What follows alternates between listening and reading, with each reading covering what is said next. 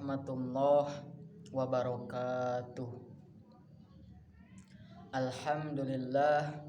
Alhamdulillahi rabbil alamin, wa bihi nasta'in wa ala umuri dunya waddin, wassalatu wassalamu ala asyrafil anbiya'i wal mursalin wa ala alihi wa sahbihi ajmain. Allahumma salli wa sallim ala Sayyidina Muhammadin wa ala ali Sayyidina Muhammad. Rabbi syrahli sadri wa yassirli amri wahlul 'uqdatam min lisani yafqahu qawli. Amma ba'du.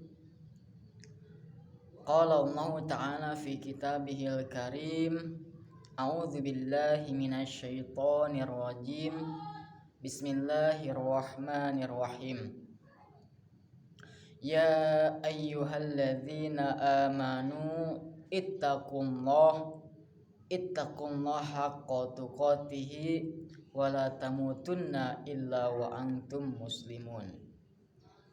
Al-ayah, faqad qala an-nabiyyu sallallahu alaihi wasallam, ayatul munafiqina salasatun, idza hadasa kadzdzaba wa idza wa'ada akhlafa wa idza tumina khana. Rawahu Bukhari wa Muslim. Al-ayah. Alhamdulillah, pertama-tama dan yang paling utama, marilah kita panjatkan puji serta syukur kehadirat Allah Subhanahu wa taala yang dimana senantiasa memberikan kepada kita karunia nikmat iman, nikmat Islam, nikmat sehat, nikmat jasmani dan rohani, yang dimana kita masih dapat berkumpul dalam kesempatan kali ini dengan keadaan sehat walafiat. Salawat serta salam kita curahkan kepada junjungan Nabi kita, Nabi pembawa perubahan dari zaman onta sampai zaman Toyota, dari zaman kegelapan sampai zaman terang benderang, Nabi Muhammad sallallahu alaihi wasallam.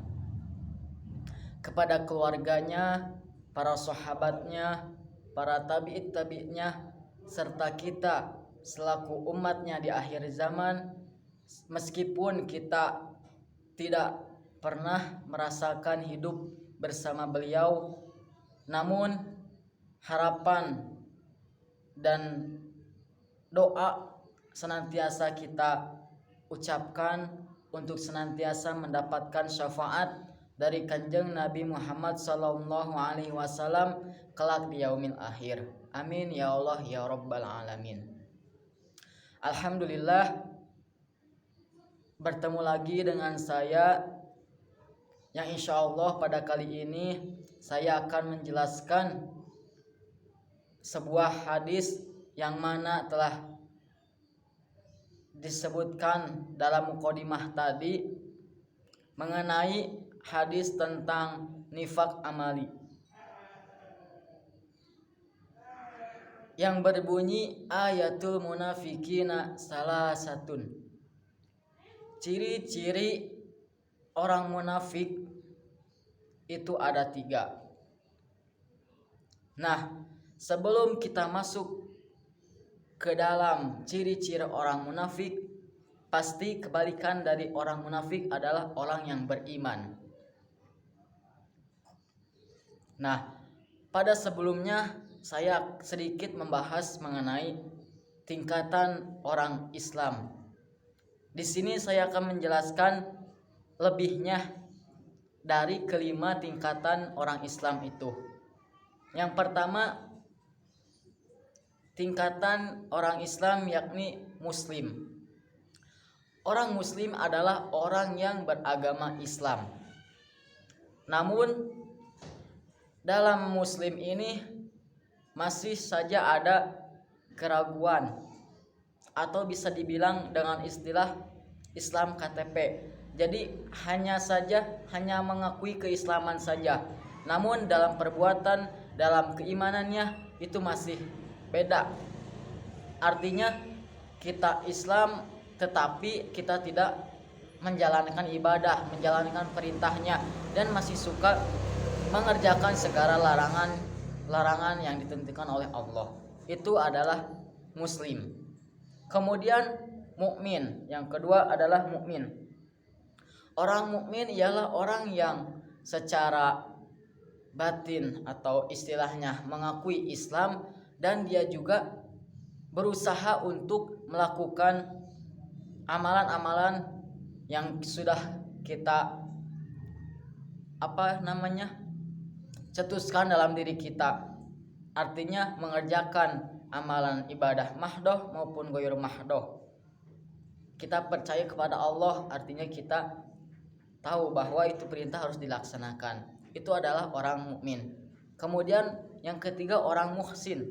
Orang muhsin ialah orang yang senantiasa berbuat kebaikan atau ingin menjadi lebih baik dari sebelumnya. Itu orang mukhlis. Orang muhsin. Orang yang ingin terus meningkat kualitas iman dan takwanya. Kemudian yang keempat adalah mukhlis, atau bisa dibilang orang yang sudah ikhlas akan pekerjaannya. Artinya segala perintah yang dilakukannya, segala ibadah-ibadah yang dilakukannya hanya satu tujuannya, yakni ridho Allah Subhanahu wa taala. Sudah tidak ada gangguan lagi dari hubbu dunia atau kecintaannya terhadap dunia. Itu adalah orang mukhlis. Kita berbuat ibadah, sholat, sodako hanya mengharapkan ridho kepada Allah Subhanahu wa taala. Tidak ada sangkutannya dengan ingin dipuji dengan orang lain, ingin dipuji dengan ini, ingin memiliki jabatan dan yang lainnya. Itu orang mukhlis. Orang yang ikhlas akan yang diperbuatnya. Kemudian yang kelima, tingkatan yang kelima adalah muttaqin. Artinya orang-orang yang takwa. Nah, di sini adalah orang yang takwa itu orang yang senantiasa berbuat kebaikan-kebaikan dan segala menjauhi segala keburukan-keburukannya, ataupun orang yang senantiasa dalam kehidupannya itu sudah tidak ada kaitannya dengan dunia, hanya satu tujuannya yakni akhirat. Orang yang senantiasa mengisi hari-harinya dengan ibadah kepada Allah, dengan hal-hal yang positif, dengan hal-hal yang produktif. Itu yang dibilang dengan muttaqin, orang-orang yang bertakwa. Takwa di sini artinya tidak hanya beribadah atau tiap hari duduk di masjid, tiap hari zikir, tiap hari sholat, tidak. Tetapi orang takwa di sini adalah yang seimbang akan urusan dunia dan akhiratnya. Artinya tidak hanya urusan ibadah, namun di luar sana orang yang takwa itu masih memikirkan akan Islam seluruh dunia itu. Karena misalkan pemimpin ataupun negara dan yang lainnya. Karena apabila itu dibiarkan, maka itu akan dikuasai oleh orang-orang kafir. Sehingga Islam haruslah melek di dalam bidang tersebut. Artinya tidak hanya fokus beribadah saja. Intinya orang yang takwa itu orang yang senantiasa produktif, yang mengerjakan, yang mengisi waktu-waktu luangnya dengan hal-hal yang kebaikan atas dasar ridho Allah Subhanahu wa taala. Itu sekilas tingkatan-tingkatan orang-orang Islam. Kembali lagi ke hadis yang tadi, ayatul munafikina salasa. Ciri-ciri orang yang munafik ada 3. Idza hadasa kadzaba, apabila dia berkata ia dusta. Artinya perkataan itu tidak sesuai dengan fakta yang nyata. Nah, maka itu merupakan ciri-ciri orang yang munafik. Kemudian wa idza wa'ada akhlafa, apabila dia berjanji dia ingkar. Artinya seseorang yang sudah janji terhadap ucapan atau perbuatannya namun malah membatalkan semua itu. Contoh, saya janji tidak akan meminum khamar itu, namun ternyata dia malah meminumnya. Nah, maka itu sudah dinamakan ingkar terhadap janjinya. Itu merupakan ciri-ciri orang yang munafik. Kemudian wa idza tumina khona, apabila dia dapat dipercaya dia berkhianat. Contohnya, fulan dipercayai oleh si A, namun ternyata si fulan itu malah berkhianat. Artinya apa yang diamanahkan oleh si A kepada fulan, oleh fulan malah disebarluaskan, malah dibukakan aibnya, malah diceritakan kepada siapapun, malah dibongkar. Nah, itu berarti sudah tidak amanah, sudah tidak dipercaya, dan itu merupakan ciri-ciri orang yang munafik. Mudah-mudahan kita semua tidak termasuk ke dalam ciri-ciri orang yang munafik.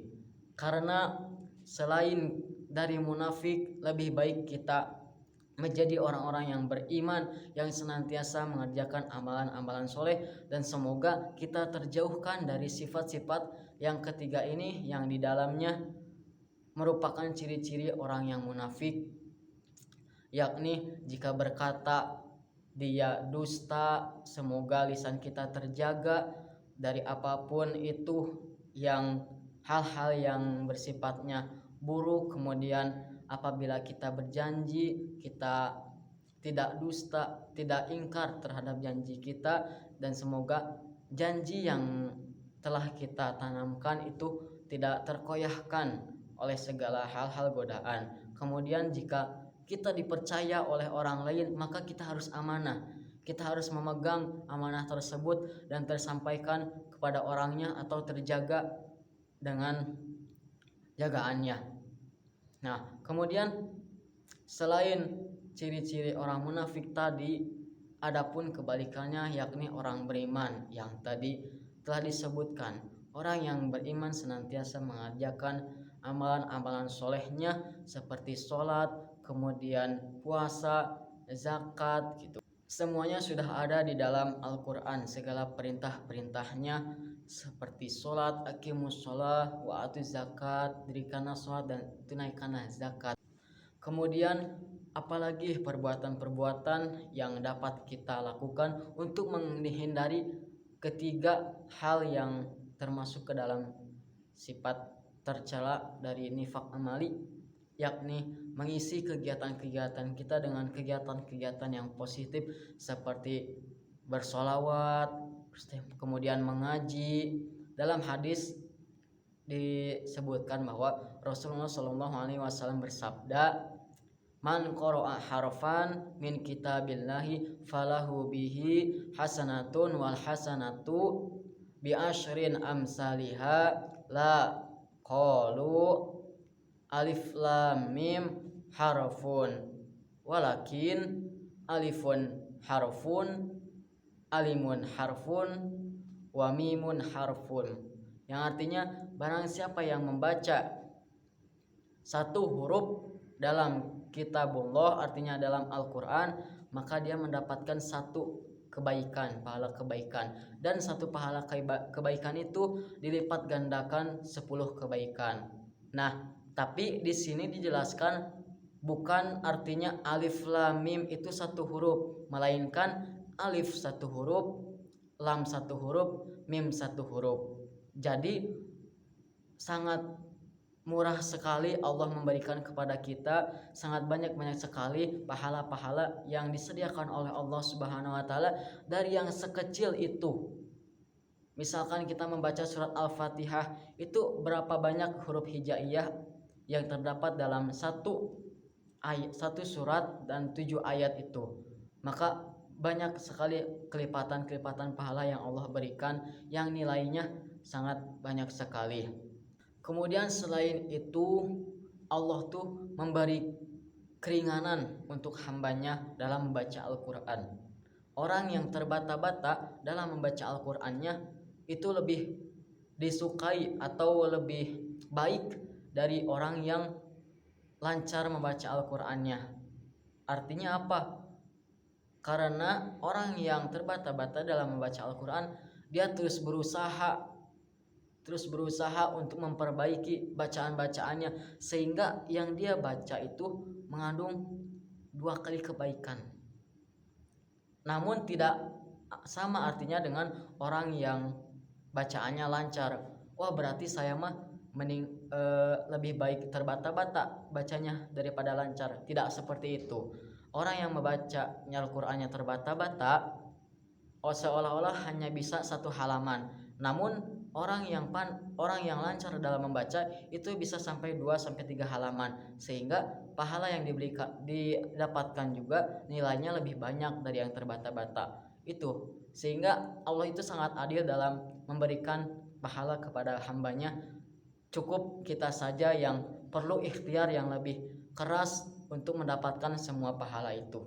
Mungkin itu yang bisa saya sampaikan. Mohon maaf apabila ada kesalahannya, karena kesalahan hanya datangnya dari saya dan kebenaran datangnya dari Allah Subhanahu wa taala. Saya ucapkan terima kasih. Saya tutup dengan doa, ihdinas syiratal mustaqim wallahul muwaffiq ila aqwamit thoriq. Wassalamualaikum warahmatullahi wabarakatuh.